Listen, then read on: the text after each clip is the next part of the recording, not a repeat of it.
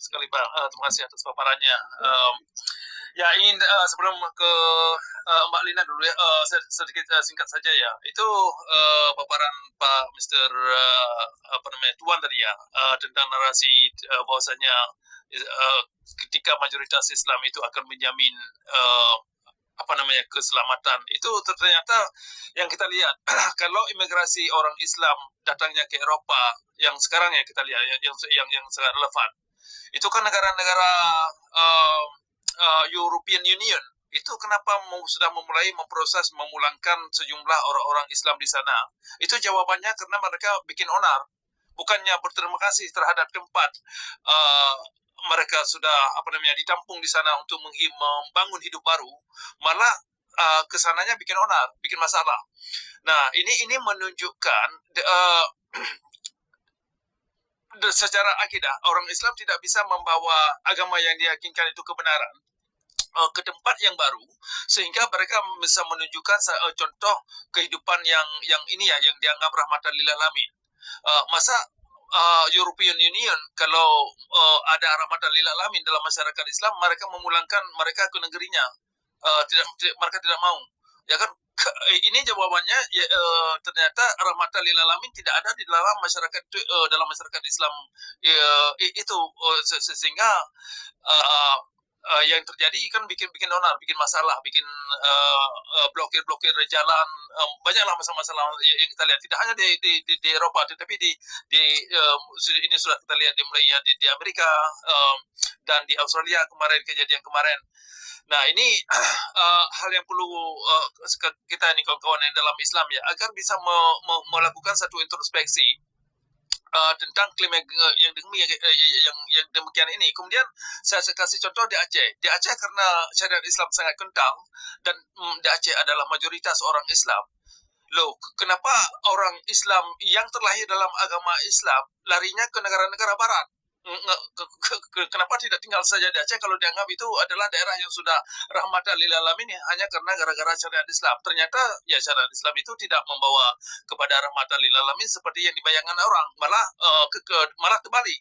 Semakin masyarakat Islam tenggelam dalam syariat Islam, semakin jahat mereka jadinya. Ini sudah termasuk kaum ulama, sudah termasuk para ustaz-ustaz, sikap-sikap halal darah, sikap-sikap mafia dalam beragama. Dan di dalamnya termasuk komponen dan sikap-sikap jangan mengucapkan salam kepada manusia lain. Ini yang sangat mendasar, makanya saya angkat ini walaupun topik ini sangat sederhana kelihatannya, kedengarannya sangat sederhana, tetapi sangat menunjukkan kemiringan secara fondasi ya, secara sikap, secara fondasi dari syariat Islam untuk membawa masyarakat Islam kepada penjarahan dalam kehidupan. Kalau ada hadis misalkan mempersempitkan umat lain, terutama umat Yahudi dan umat Kristen, kalau ketemu di jalan jangan memulai ucapan salam karena alasan ada dugaan-dugaan. Ini kan sikap-sikap buruk terhadap manusia lain yang saya kira sangat tidak sehat dan menunjukkan Tuhan yang diyakinkan dalam syariat Islam itu terkesan bukan kepada semua manusia, terkesan hanya kepada sekelompok orang. Makanya tidak heran kalau kita mendengar dari mulut-mulut orang Islam yang mengatakan Assalamualaikum itu adalah milik orang Islam. Padahal itu adalah bagian daripada ayat Al-Quran. Itu secara tidak langsung orang Islam mengklaim ayat Al-Quran itu adalah bukan ciptaan Tuhan, atau mereka secara tidak langsung sudah mengatakan Al-Quran itu adalah tulisan sekelompok orang hanya khusus untuk bagi orang Islam. Nah ini sangat keliru. Jadi sudah membantah posisi keabsahan Al-Quran itu ya yang datangnya dari Sang Pencipta alam. Nah itu saya dulu saya kasih kesempatan buat Mbak Lina ya tentang topik ucapan salam ini.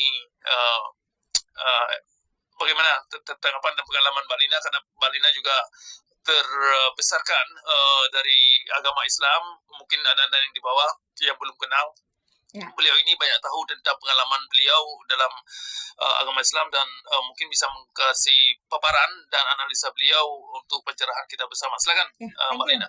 Thank you Prof. Salam kenal buat semua yang baru. Dibuka mic-nya, coba dibuka mic-nya Mbak Lina.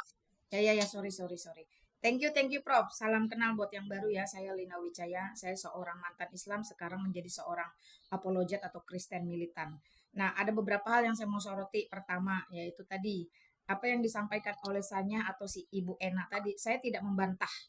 Tetapi saya minta ditunjukkan di mana di dalam Alkitab ada larangan mengucapkan salam.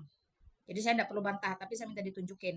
Supaya apa? Supaya tidak jatuh fitnah ya, karena kalau tidak ada data berarti fitnah dong. Nah, itu yang pertama. Dan yang kedua, kenapa Islam ini selalu membodohi dirinya sendiri, mengkait-kaitan kearapan itu dengan syariat dia.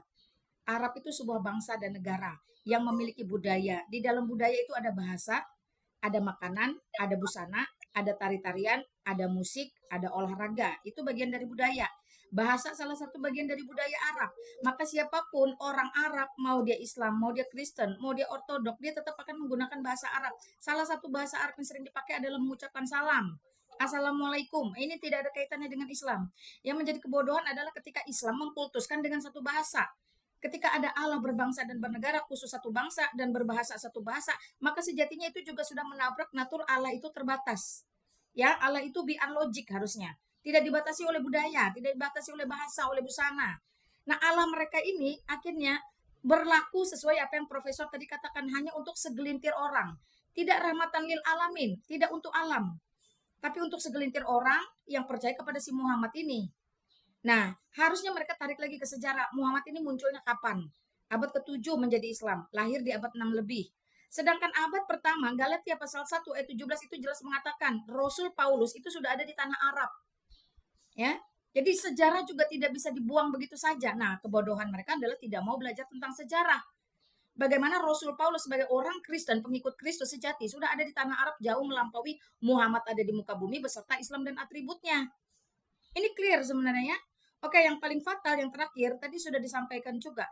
Kalau kesalahan orang-orang itu menjadikan kamu tidak bisa menunjukkan sisi baik Allahmu yang katanya Allah itu, maka di situ kealahanmu pun secara total gagal seketika. Karena apa? Karena faktanya dia hanya mendoktrin kamu menjadi orang yang benci, mendoktrin kamu menjadi orang yang melihat sisi negatif saja. Saya pribadi ya berani mengatakan, waktu saya Islam, saya memang dilatih untuk membenci. Tidak ada self control. Ketika saya lompat keluar masuk ke dalam terang Kristus, maka yang menjadi signifikan perubahan itu adalah self control atau penguasaan diri. Nah, penguasaan diri ini yang sama sekali tidak ada di dalam diri mereka. Sehingga ketika mereka bertutur kata pun, mereka bertutur kata yang sifatnya hanya dengar-dengaran alias latah.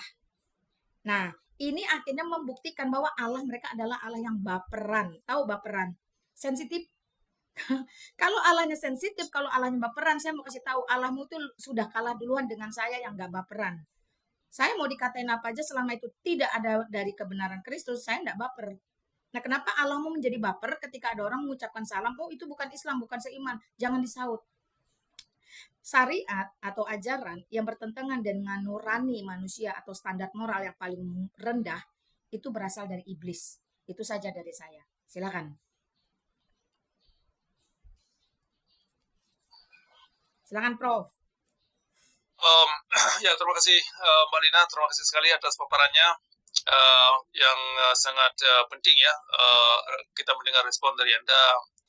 Saya kira ini topik tentang ucapan salam. Ini seperti saya katakan tadi, kedengarannya sangat sederhana, kedengarannya sangat simple, tetapi menurut pandangan saya ini sangat bermasalah kalau kita dari kecil sudah diajarkan untuk membenci dan bersikap terhadap golongan lain, berprasangka yang tidak baik, Izin, dan Prof.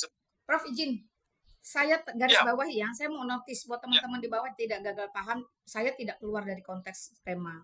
Karena apa? ya, Tidak usah pandang agama, teman-teman. Etika bergaul itu adalah mengucapkan salam dan memperkenalkan diri. Itu standar, saya bilang. Kalau yang standar saja sudah tidak memiliki kemampuan atau baperan karena disuruh Allahnya atau disuruh ajarannya, fix no debat, ya. Itu nggak akan bisa bergaul kemanapun. Ya contoh lah ya, kita bicara Amerika, kita bicara Eropa yang sudah mulai terjadi penolakan. Rohingya itu waktu ke Indonesia larinya ke Aceh, tapi warga Aceh sendiri menolak Rohingya akhirnya. Why? Kenapa? Ya karena memang rusuh, di mana-mana bawa rusuh. Saya tinggal di Jepang cukup lama. Di Jepang itu ada aturan mayat tidak boleh ditanam. Kenapa? Karena kalian nggak ngerti, Jepang itu air tanah. Mereka pakai air tanah. Mereka menjaga harmonisasi alam dengan manusia itu sedemikian rupa. Mayat tidak boleh ditanam. You mesti kremasi. Nah, kalau ada orang Islam ngotot kemarin sampai ribut, akhirnya mayatnya disuruh pulangkan saja ke negaranya karena ngotot minta ditanam. Di Jepang nggak boleh. Di samping air tanah, Jepang itu punya stasiun bawah tanah. You kalau mau ke Narita, you punya stasiun kereta cepat itu bawah tanah, teman-teman. Berapa kedalaman bawah tanah itu digali? Kebayang nggak kalau itu digali lagi untuk kuburan. Nah, otak yang tidak sampai ke situ, pemikiran yang tidak sampai ke situ, teknologi yang tidak sampai ke situ disebabkan karena psikisnya sudah dijajah. Apa bukti penjajahan psikis orang Islam? Yaitu tadi minimal standar yang paling standar dalam etika bergaul, mengucapkan salam dan memperkenalkan diri saja mereka dilarang. Lalu bagaimana mungkin ini mau berkembang? Ah, silakan Prof. Ya, baik. Terima kasih, Mbak Lina. Terima kasih. Mantap. Itu